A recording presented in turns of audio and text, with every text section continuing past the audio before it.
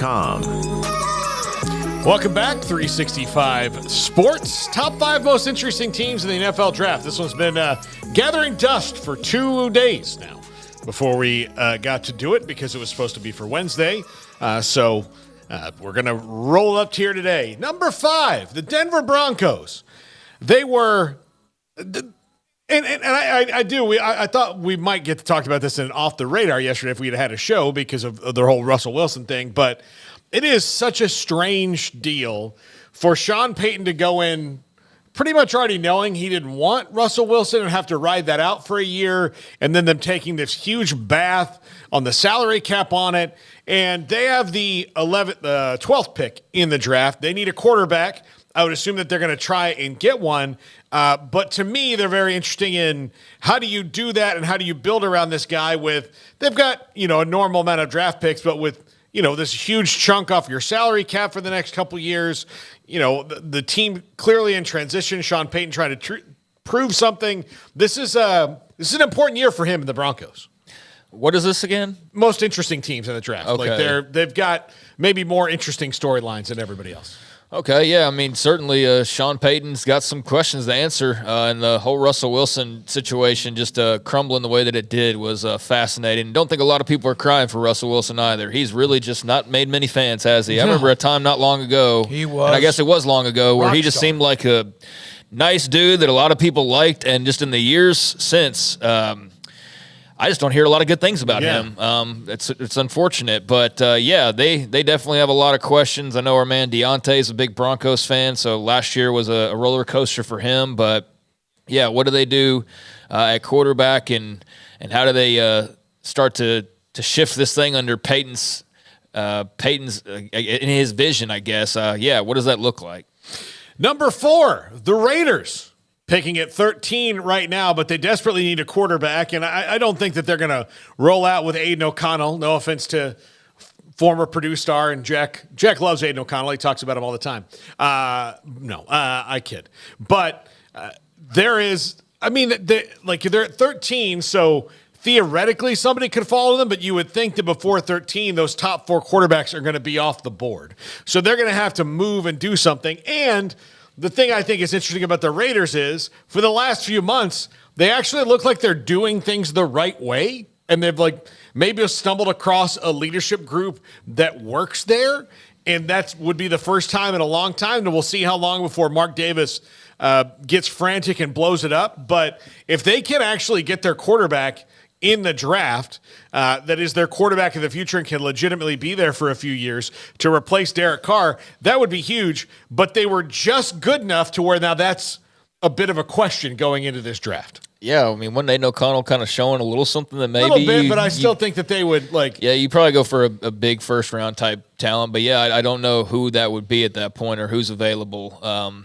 Given what's projected. So who would be the next tier of quarterbacks? I mean, you're talking about maybe if you get to 13 of those 4 guys are gone, which I think McCarthy's now widely thought to be the 4th one. If McCarthy's gone, then you wait until the second round and hope that Nix and Penix are there.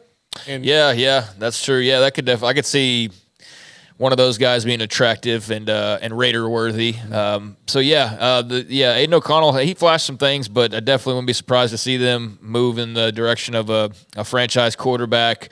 That just did not work the way they thought. The whole transition from Derek Carr to Jimmy G and all of that was not at all what they were hoping for, nor was their head coaching position supposed to be Antonio Pierce by the end of the year. No. But they seem to love him and are rallying around him, and it's like this is about as Oakland as Las Vegas is going to get, probably ever again. So they seem to be all in on Antonio Pierce and him knowing the Raiders' mythos and how that franchise operates. And they've got a big old fun city to lure free agents too, and it's a different ball game for them, but they kind of are still the same old Raiders in some ways. So yeah, can they get that franchise quarterback and kind of get over that hump? I feel like that they have that Vegas is taking them in. Yeah, they have. Just when we were there for the Super Bowl, for the few days we were there, you could kind of, first of all, Allegiant Stadium is freaking right. I mean, it's just like a huge spaceship landed right in the middle of the city. But they really have. It's a Raiders city. And sometimes that's not always the case when you move from one city to the next, but they did a good job in getting that city ready for them. I meant to ask y'all, what did y'all think of the Sphere? Did y'all see very much of that? Oh, Yeah, we saw it from the party. The eyeball was a little strange. Sometimes it looks cool, and sometimes I'm just like, it looks kind of stupid, like just the big yellow smiley face in the middle of the city. But, I do think that like there's just a couple dudes in a room taking mushrooms and going, coming up with stuff. Let's put this out there and see if it flips out the city. Yeah, it just kind of depends on what version I see of it. It looks really cool, and then sometimes I'm just like, it looks like really bad marketing or something. But no, I've heard people that have gone to concerts there say it's just like the most amazing experience ever. But I hadn't asked y'all about that. So Dhani Jones is on the show with us, and he asked us, "Are you going to the U2 show at the Sphere?" And I said, "Nobody invited me." He goes, "General admission." So after he got up, I looked, and it was like $380 for one ticket. For one ticket, and I would have been like, "No, I'm not." Like I would love to go and see U2 at the Sphere, although I would have to have for $380, they would have to sign a contract. Bono would have to sign it in front of me saying that album we got on Apple that was the worst thing we ever did. Still on my computer. Yeah, that Apple, that thing that's still there. Yep, still there. They can't play that. $380 if they play any one song, one note of one song of that album, I get my money back. You can't delete it. I've tried 100 times to delete it off my iTunes, and you can hide it. Yeah. And then it inevitably comes back up at some point, and you can only hide it. And I don't know how to get into like the deep files to erase it entirely, but it's still there. It's like 7 years later. If anybody knows how arrogant you can be as a rock star, when Apple comes to you and goes, "Hey, we got an idea. We're going to put this album on every iPhone." If you don't even have a second of doubt and like, "Hey, not everybody in the world likes us." I mean, a lot of people do, but not every single person in the world likes us. That to me is a level of confidence that is heretofore unknown. Pretty big ego to think that everybody's just going to roll with that. And did not happen that way. Yeah. Absolutely. Number 3, the Bears. The Bears at number 3. They have the first pick in the draft, and they're probably picking Caleb Williams. They do not have a second-round pick, but they'll probably get one because they're going to trade Justin Fields. And I would think that a second-round pick for him is pretty fair, given that he's a young quarterback who's played fairly well with a lot of upside. And right now, he doesn't cost you all that much contractually. If you don't like him, you can be out of this deal in 2 years and move on to the next one. So they're going to have some pretty good picks in each round to build up a team that it looks like they're also starting to come around the corner. And if they get a second-round pick, then that gives you a real opportunity. Oh, they also have it doesn't really matter if they don't get a second-round pick because they also have the 9th pick in the first round. So you can have the first pick, the 9th pick, and some pick between 33 and 67 or 68, whatever it is, that is going to get you into the 64, but 64 that's going to get you 3 really solid players who could start for you in a year. Now I wouldn't say the NFC North is wide open because the Lions are good. Jordan Love appears to have erased any kind of longing for Aaron Rodgers that might have, been fractionally left over in Green Bay. This means the Bears need to strike while the iron's hot because the Vikings are a little vulnerable right now, and the Lions and Packers aren't waiting for you. So if you've got this opportunity to make a move, you got to do it. Yeah, I mean, you don't know when the time will come again, and if it comes too soon, that means that you've had another bad run. So, you got to take full advantage, but it's an exciting draft for Chicago. I mean, I would think Caleb Williams is the obvious choice at number 1, although I'm sure there will be plenty of roller coaster reports leading into the draft here over the next couple, I guess, over the next month and change now at this point. But, that's exciting to have 2 picks like that. I've seen my franchise have, that happen, I think, on one occasion. Just sucks, though, when you get, like, the big star, flashy offensive weapon, and then you go get, like, the lineman, But it's like you have to have that guy, though, too, to protect the other guy or to help the other guy. But, ideally, you're getting, like, Caleb Williams, and then you're getting, like, Roma Dunze or something like that. I've seen a lot of mocks with that exact scenario. I'd be over the moon if I was a Bears fan. Are you kidding me? I'd do backflips, and I can't do backflips. There'd be people getting tattoos of, like, the 2 of them. Oh, my God. I'd chest, go insane. But, that's fun to have, so we'll see what they do with it. Number 2, the Cardinals. Now, this is a ridiculously poorly run organization, and this is why they're constantly in this spot. But they were able to spin off a pick to the Texans last year that they used to jump into the top. So they had 2 top 3 picks in Stroud and Anderson. They now have the Texans' first-round pick, and the Texans still had a first-round pick to deal with because of the Deshaun Watson deal. So the Cardinals have pick number 4 and pick number 27. I do not think that they stay at 4 because if they stay at 4, sure, you can draft Marvin Harrison Jr., Rome Odunze, or Malik Neighbors, whoever you think the best wide receiver is. And I think that's their biggest area of need for Kyler Murray as he continues on as their quarterback. But more than likely, there's going to be a team out there like the Vikings, the Broncos, or the Raiders that desperately want to trade up and get that fourth quarterback from you.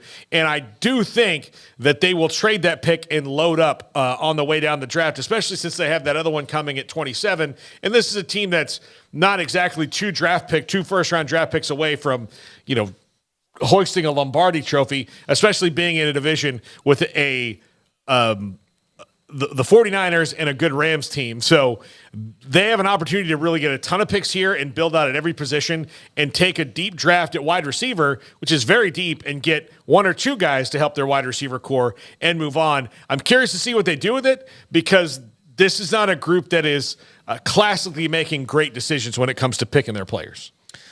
Yeah, I don't really have a lot to say about the Cardinals. They're just sort of there for me at this point. I mean, they're clearly making the decision to continue rolling with Kyler. That's great. But beyond that, if you had said that they didn't even play last year, I wouldn't have noticed. I mean, honestly, I really probably wouldn't have noticed. They were just background noise and results to me, because they're in such a flux right now. But it's all in on Kyler now or never, right? I mean, if you're going to win with him, you got to win now, because otherwise you got to start making your exit plans on what the future is really going to look like, and how much time do you continue to give him to say, this is the guy that's going to lead us back to the promised land? Or am I crazy there? No, you're not. And look, they just gave him an extension a couple years ago, so they've got to kind of ride out the meaty part of that. But it's like now or it's never. Like, you're not getting another contract after this if you don't get some skins on the wall as far as results go, right? Yeah, absolutely.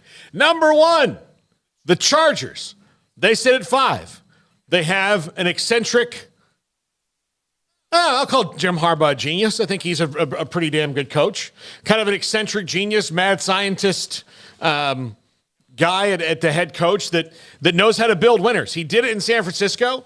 He obviously did it in Michigan. He did it at Stanford. He's done it everywhere he's been. And he's got a quarterback to build around, and they pick at 5th. They don't need a quarterback, and say the Cardinals don't trade their pick, that's going to put the Chargers in position to maybe do that. But Brock Bowers is going to be sitting there. There's a lot of good offensive linemen. There's a lot of things the Chargers can do.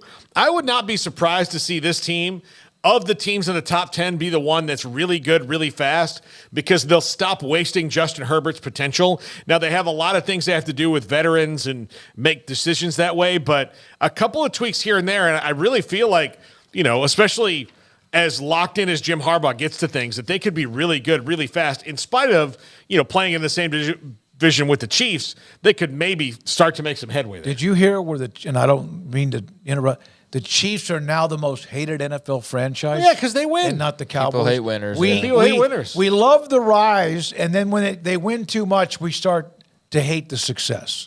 Yeah, I mean, and then there's a whole Taylor Swift backlash that's just so stupid. I cringe every time I see another headline involving that at all, because it's just so silly. But yeah, I'm not surprised to hear that. The Chargers, though, I mean, they're just sort of in a great spot, but in a weird spot, because they haven't had much success here. But I think it's awfully exciting. You look around that division, the Raiders obviously have their new Diggs and their new coach that they hope's the guy for a while, and now they're going to probably go get their new quarterback, but they've got some other things that you really like about them.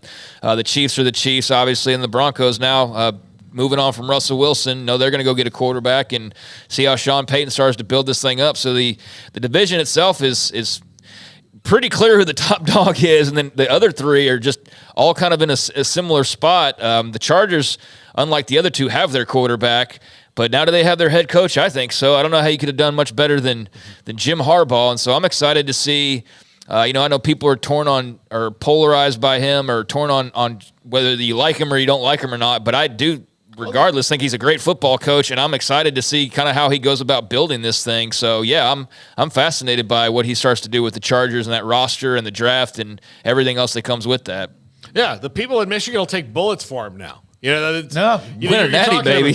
You're talking about 27 years between titles. right? In a place that used to just, book 2 days. Like, if we lose the Big Ten, we're going to play on this day. If we win the Big Ten, we're going to play on this day. So we're okay no matter what. Like, it's Rose Bowl or the national championship. And then from 1997 on, like, until he got there, you couldn't even really think about it. And so, yeah, the dude wins. Yeah, and yes, he does. He's very off-puttingly strange. I get it. If I had to cover him, I would like kind of walk out of there every day going, I don't know what just happened. I don't know what press conference I was just at. But the bottom line is he's not there to win press conferences. He's there to win football games, and that's what I think the Chargers are about to do. Yeah, and I don't know.